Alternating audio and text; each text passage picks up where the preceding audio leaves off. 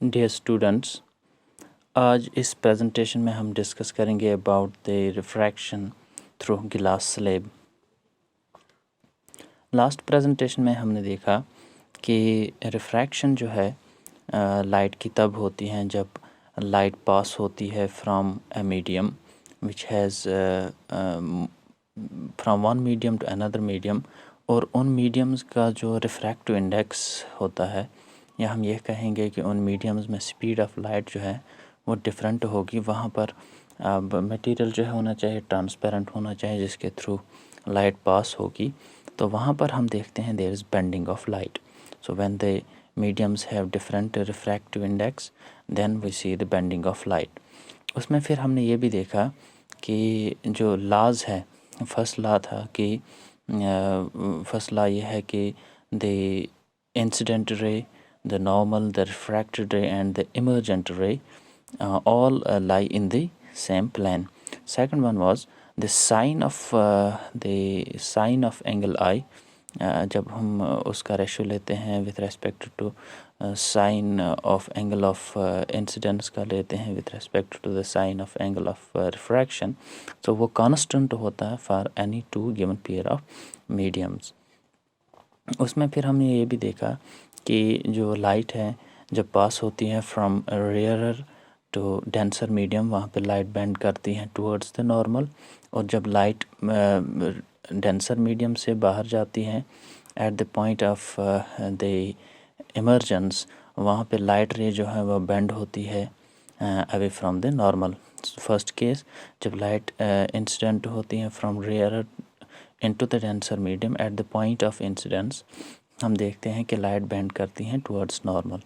Eight the point of emergence of the light रे, वहाँ पर लाइट जो है वो पास होती है from denser to rarer one, वहाँ पे लाइट जो है वो बेंड करती हैं अवे फ्रॉम द, वो मूव करती हैं from the away from the normal. Third case कि जब लाइट जो है इंस्टेंट होती हैं एट 90 डिग्री एंगल, तो वहाँ पर जो है बेंडिंग ऑफ लाइट नहीं होती है। रेशियो जो है सेकंड लॉ मोस्ट कॉमनली इसे कहा जाता है स्नेल्स लॉ। तो स्नेल्स लॉ में रेशियो जो होता है sine of angle of incidence और sine of angle of refraction for any two given pair of mediums, वहाँ पर ये कांस्टेंट रहता है। So now we will take the glass slab and then we will discuss also about the lateral displacement in glass slab. गिलास slab एक transparent material है, गिलास का बना होता है। It has a cuboid shape. गिलास स्लैब में हम देखते हैं कि जो इंसिडेंट रे और इमर्जेंट रे जो होती है they are parallel to each other. You see here glass slab जो है इसमें रिफ्रैक्शन ऑफ लाइट कैसे होती है। There is bending of light inside the glass, क्योंकि गिलास का रिफ्रैक्टिव इंडेक्स एयर से ज़्यादा होता है। It's simply a cuboid shaped transparent glass material, लेकिन इसके साइड्स जो होते हैं they are parallel। क्यूबॉइड में होते ही हैं साइड्स पैरेलल, और गिलास स्लैब में भी ये साइड्स जो हैं they are parallel। Now we'll move to the refraction through a glass slab।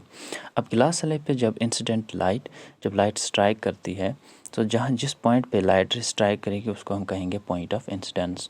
और फिर जब लाइट इंटर होगी गिलास के अंदर, इसका रिफ्रैक्टिव इंडेक्स ज़्यादा है गिलास मटेरियल का, so that means there will be bending of light. अब चूँकि लाइट जो है वो एयर से रेयरर मीडियम से डेंसर मीडियम की तरफ जा रही है, so there will be bending of light towards the normal. First case. Second case, जब यही रिफ्रैक्टेड रे इस गिलास स्लैब से बाहर जाएगी, वहाँ पर जो है लाइट मूव कर रही है from denser medium to rarer medium. ठीक, अब वहाँ पर क्या होगा कि लाइट जब डेंसर से रेयरर की तरफ जाएगी it will bend away from the normal. So we can say जब लाइट पास होती है थ्रू द गिलास स्लैब, पहली होती है इसकी रिफ्रैक्शन जब ये बेंड करती हैं टुवर्ड्स द नॉर्मल। सेकंड, जब ये गिलास मटेरियल से बाहर जाती हैं it bends away from the normal. So we can say glass slab में टू टाइम्स जो है रिफ्रैक्शन होती है लाइट की। It bends first towards normal, second it bends away from the normal. Incident ray हम उसे कहते हैं जो इंसिडेंट होती है at the point of incidence, जब हम नॉर्मल डालते हैं। इस इंसिडेंट रे और नॉर्मल के दरमियान जो एंगल बनता है that is the angle of this incidence. अब लाइट रे जो है वो बेंड हुई है inside it bends, straight path इख्तियार नहीं करती है, ओरिजिनल पाथ जो इसका है ये बेंड होती हैं, it bends towards the normal, it bends towards the normal, so there is bending of light. अब यहाँ पर जब लाइट बेंड होती है एक एंगल बनता है बिटवीन द रिफ्रैक्टेड रे एंड द नॉर्मल जो हमने डाला है at the point of incidence, इस एंगल को हम कहते हैं एंगल ऑफ रिफ्रैक्शन। जब यही लाइट रे जो रिफ्रैक्टेड लाइट रे है जब ये बाहर निकलती है from this denser medium again into the rear medium जिसका रिफ्रैक्टिव इंडेक्स कम है as compared to the glass, it bends away from the normal. इसका पाथ अगर हम लें तो ये होगा इसका पाथ, लेकिन ये डिविएट हुई है, so it has bend away from the normal. So light रे in case of glass slab एक तो बेंड होती है at the point of incidence towards the normal, eight the point of emergence away from the normal. अगर हम एक गिलास slab लें उसको हम ड्राइंग बोर्ड पे वाइट पेपर पे हम फिक्स करें एक ड्राइंग बोर्ड पे, तो वहाँ पर हम एक गिलास स्लेब डालेंगे, उसके जो बाउंड्री है रेक्टेंगुलर बाउंड्री उसको मार्क करेंगे।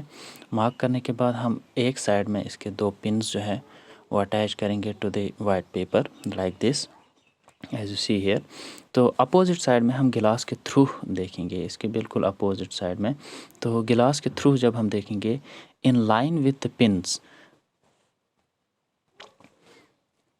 जो कि आपके अपोजिट साइड में जो पिन्स आपने अटैच की है उनके बिल्कुल सीध में आप दो और पिन्स जो हैं वो अटैच करेंगे but on the opposite side, ठीक है। तो उसके बाद आप जो है गिलास स्लेब जब हम हटाएंगे इससे, सो वी विल सी कि जो पिन्स हैं वो एक्चुअली स्ट्रेट पाथ में नहीं आ रही है, वो स्ट्रेट एक ही लाइन में नहीं आ रही हैं चारों पिन्स जो आपने इस्तेमाल की। सो दैट मीन्स जो आपका जो पिन्स आपने पहले अटैच की उसको आप कंसिडर वहाँ पे आप उनको ज्वाइन करेंगे। ज्वाइन करने के बाद जो इसकी बाउंड्री तक आप लाएंगे उसको, सो जो वो है आपकी बन जाएगी दैट लाइन, जो आपने लाइन ड्रॉ की तो वो बन जाएगी आपकी इंसिडेंट रे। इसी तरह वो जो दो पिन्स आपने अपोजिट साइड में अटैच की वहाँ पे भी आप एक लाइन डालेंगे, वो बन जाएगी आपकी इमर्जेंट रे। जहाँ पर इंसिडेंट रे स्ट्राइक की at the point of incidence और at the point of incidence और आप पॉइंट ऑफ इमर्जेंस, इन दोनों को ज्वाइन करेंगे, you will see A bend, you will see a bend, and that bending is actually the refraction through this glass slab. Now you can see the two pins we have attached, and then we will on the opposite side we will see through the glass slab, और हम इन pins को attach करेंगे अब दूसरे side में। फिर हम जब ग्लास स्लैब को हटाएंगे वी विल सी कि ये पिन्स जो हैं जारी दिस फोर पिन्स जो है they are not in the straight line, so we will join the first two pins, ठीक है। वहाँ पे जो आपकी जो ये बन गई आपकी इंसिडेंट रे। अब जो है दूसरा आपका it will be your emergent ray G and F, जो यहाँ पे हमने ये ज्वाइन की ये लाइन, यहाँ पर ये हो गई आपकी इमर्जेंट रे, ठीक। अब पॉइंट जो है इंसिडेंस, पॉइंट ऑफ इंसिडेंस और पॉइंट ऑफ इमर्जेंस, जब इन्हें हम ज्वाइन करते हैं we see there is bending of light actually. So light जो है उसने स्ट्रेट पाथ इख्तियार नहीं की है, so there is bending of light, and this bending of light is actually the refraction of light through this glass slab. अब यहाँ पर आप देख लीजिए कि जो आपकी इंसिडेंट रे हैं EFO जिस डायरेक्शन में जानी चाहिए वहाँ से नहीं गई है, it has move towards the normal, so light has bend towards the normal. इसी तरह फिर जब हम कंसिडर करेंगे O और O' को, ये अब रिफ्रैक्टेड रे है, इसकी पाथ भी अब जब ये बाहर निकलती है from rear to the from denser to the rear, यहाँ पर at the point of emergence O' जहाँ पर है इट है light has bend away from the normal. लेकिन आप देख सकते हैं जो आप कंसिडर करेंगे जो इंसिडेंट रे है येलो कलर में EF पॉइंट्स के थ्रू जो आ रही है, और जो आपकी GH है consider it as an emergent ray, तो यहाँ पर ये एक सीध में नहीं आ रही हैं बल्कि पैरेलल है। पैरेलल ही नहीं बल्कि यहाँ पर आप देख सकते हैं कि there is a shift, there is a lateral shift in the two that's the incident ray and the emergent ray, and this shift यहाँ पर जो है this is known as the lateral displacement, or we can say it is the lateral shift. So we see lateral shift between the incident ray and the emergent ray. Now here you see again the lateral shift जो है इसमें वो depend करता है कुछ factors पे भी कि आपकी जो है गिलास स्लैब, इस गिलास स्लैब के अंदर जो अब ये रेज जो है इंसिडेंट और इमर्जेंट ये पैरेलल ही नहीं बल्कि there is a lateral shift. अब ये लेटरल शिफ्ट जो है ये कुछ फैक्टर्स पे डिपेंड करता है कि ये कितना होगा, इस गिलास स्लैब के अंदर लेटरल डिस्प्लेसमेंट कितना होगा, ये कुछ फैक्टर्स पे डिपेंड करता है। पहला है एंगल ऑफ इंसिडेंस, दूसरा है थिकनेस ऑफ द गिलास and third is the refractive index of the गिलास। Now here in this diagram you see the angle of at the point of incidence, the refracted ray has bent towards the normal. First case, in case of a glass slab, the incident ray at the point of incidence, it bends towards the normal because glass has more refractive index. Speed of light is less in glass as compared to the air. Second case, the light when it at the point of emergence, this light ray bends away from the normal. So the light, when the light moves from the denser to the rarer medium, वहाँ पे light ray जो है it bends away from the normal. ठीक, अब lateral displacement मैंने आपसे कहा कि ये कुछ फैक्टर्स पे डिपेंड करता है और वो फैक्टर्स हैं कि आपका एंगल ऑफ इंसिडेंस कितना है। एंगल ऑफ इंसिडेंस जितना होगा, एंगल ऑफ इंसिडेंस जितना इंक्रीज़ होगा उतना ही होगा ज़्यादा lateral displacement.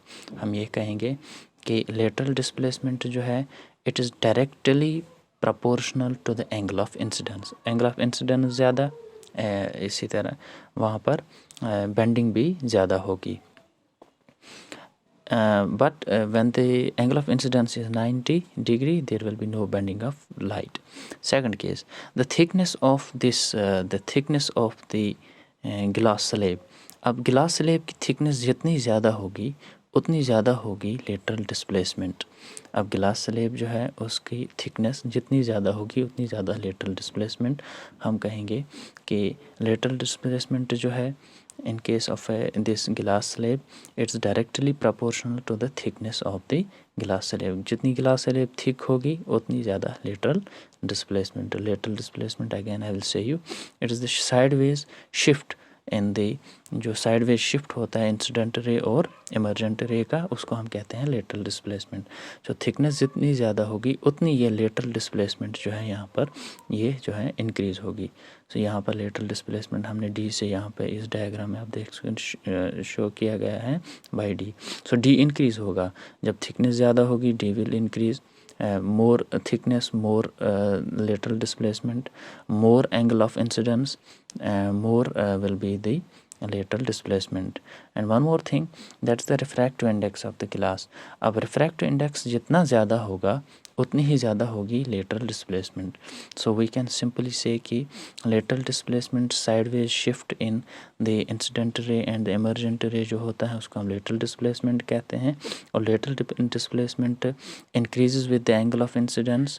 It's directly proportional to the angle of incidence. It is directly proportional to the thickness of the glass slab and it is directly proportional to the angle of incidence.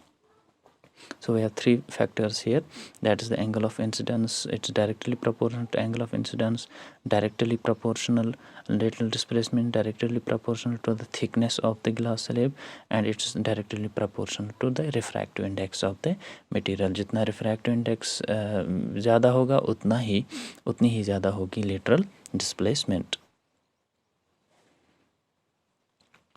So the three factors on which this depends lateral shift. So firstly, it's directly proportional to the thickness of the glass slab. More the thickness, more lateral displacement. Less the thickness, less will be the lateral displacement. It is directly proportional to the refractive index of the glass.